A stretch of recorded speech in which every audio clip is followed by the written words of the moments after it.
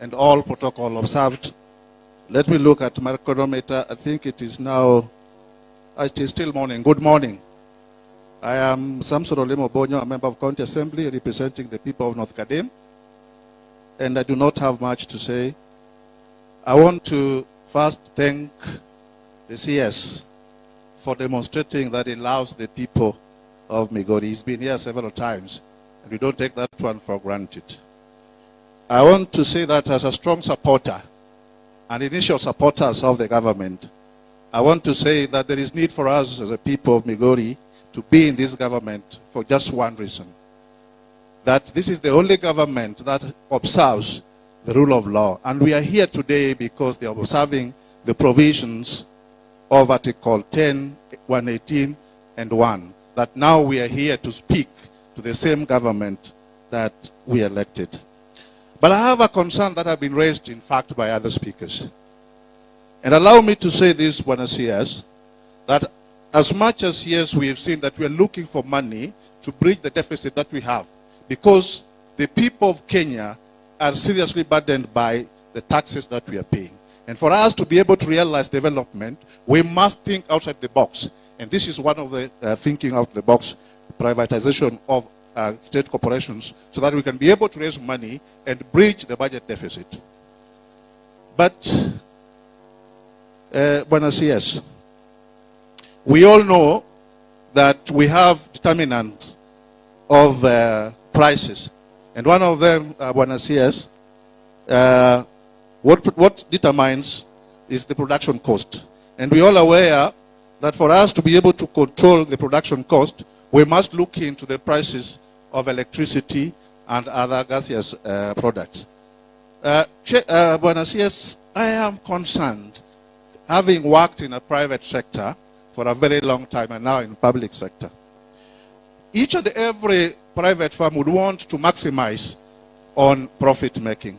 Now that we are privatizing, it is not in the letter, but I know it is going on, it's the public domain, that we want to privatize KPC. And we know this is the organization that transports most of the gaseous products that we use, which again, therefore, would inform the cost of living. What is the legal framework we have as a government after privatizing this to ensure that we will not have unnecessary hiking of fuel prices? That is one. Two, does this, what we're discussing here today, have an end? Does it have a loose end? Today we are talking about Safaricom and KPC. Are we going to talk about Kenya Power tomorrow? Because all these ones are state corporations. If we don't have a loose end, Buenos Aires, then are we not in danger once we've given them out to the private entities? And lastly, Buenos Aires, how about if we fought corruption so that we seal all the loopholes, save our organizations, and make money to fund our projects? Thank you. Thank you very much, Mheshimiwa Lima. Mheshimiwa Agai, the last one, to come and say a word or two.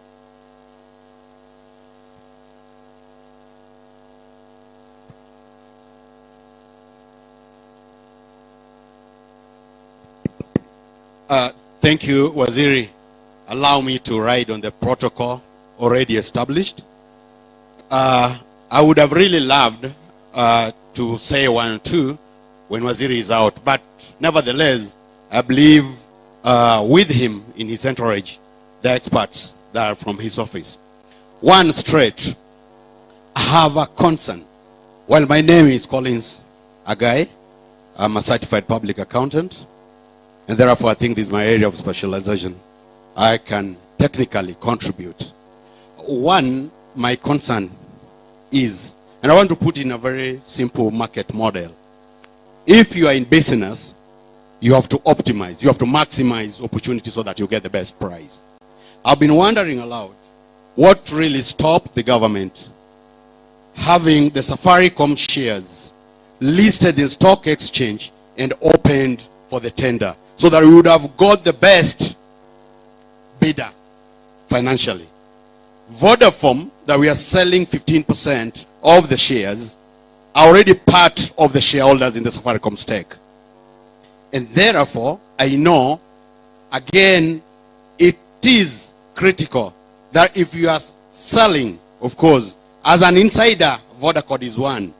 And therefore, they are what we call asymmetric information that they are private to, other than if this was exposed to the market exchange.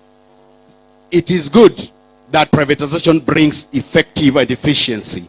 But then, it's a fact that it's not always that there are only goodies that comes with it.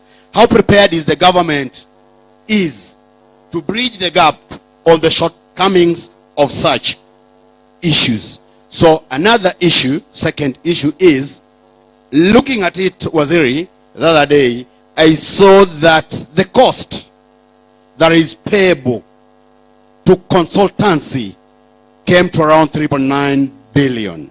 I was wondering, of course, an expert, if within the treasury we do not have experts that would advise on the sale of the 15% shares, such that this would have saved the public the 3.9 billion in terms of consultancies. So I've asked two issues. Why, Waziri, did we have it listed in the stock exchange so that we could get the best bidder, save for an insider, which is a Vodafone, and the issue of the 3.9 billion. Thank you, Waziri.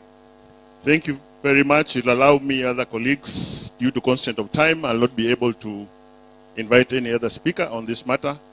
But however, Bwana Waziri, indeed the government's business is to take care of the public's needs and invest where there is no investor, so that when people have realized the benefits, then you are able to privatize.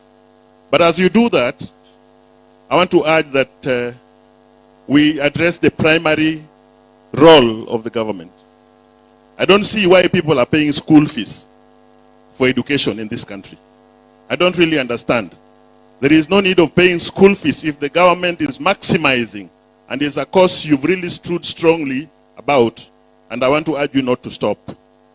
The cause for making sure there is no money that goes to the MPs for CDF, then they selectively give 3,000, 2,000. Let all that money come to the treasury. That money then pay fees so that each and every human being who is in this country and feels like going for education gets it free of charge. Because there's no reason, if there's sufficient capitation, then there's no reason for us not to go to school. And as you privatize, I also want to urge that you look at areas that are still green in terms of investment and opening up of this country, so that then you can prioritize in terms of investment. I appreciate the fact that now we have, you are ring-fencing this money for structural development, infrastructure development. Let's also ring-fence for education, so that then we'll be able to address that key component of development in society. With those many remarks, I want to once again appreciate you, Bwana CS. This is what we want to see as governance. Getting back to us, to listen to our opinion, then we are able to journey together in developing this country. I believe in this broad-based approach towards developing Kenya. Two-term kosok two-term. Two-term kosok two-term. Badi nyang kosok nyang. Asanteni sana. Bwana Speaker, maybe this is the opportunity for you to say a word. Thank you. Thank you, Bwana Waziri. I want to thank you very much for taking the initiative to involve our youth in management of the affairs of this country. I have seen it for myself. The university students are here. We have youths. We have people who never before have been involved in decision making in this country. If you remember very well, in 2024, during the Gen Z demonstrations, majority of them were university students. And the complaint was that they were not involved in decision making. They were not involved when that finance bill was being formulated. You have responded to that, and now you have involved the young people, the youths, the university students in making decisions regarding matters that affect them more than anybody else. Thank you for that. I want to, in the same vein, challenge the youths, the university students, that take it up, use the opportunity provided, and the other team, the one who are opposing government, are no better than you. They're not brighter than you. So don't allow them to mess up our country, because most of them are only opposing because they are not involved. Now that youths are involved and you are youth of this country, let's have a resolve to support the government wholly. Let's agree and also come out. If they want to go even to the streets to oppose what has been agreed on, where you have participated, let us also go there and tell them that we were involved and we are supporting. Secondly, on matters privatization, I know it for sure that government is a poor businesswoman or man, if you want to call it. Government, the world over, does not do business efficiently. Therefore, if it has been desired that privatization of particular or certain public institutions to be done, I support. Save for the fact that once money has been earned, Waziri, from that sale, the money should be put into good use so that it does not give opportunity to the shenanigans to hit back at us and say that oh, this money was meant for this and has not been applied perfectly. The only requirement from us as leaders on the ground is that if the privatization money earned from privatization is put into good use, we are supporting and we are going to stand by you. Lastly, Waziri, I want to repeat it for the upteenth time, that if you want to know a man or a woman is good or bad, give them two things. Give them power and money. They will change their character. They will change even their manner of dressing. Waziri Mbadi, since you are given both money and power, don't come on, you have not changed. You have been with your people. You have been supporting us. You've been crisscrossing this country. And we know it all. We have so many. We have been having cabinet secretaries before. We have been having ministers before.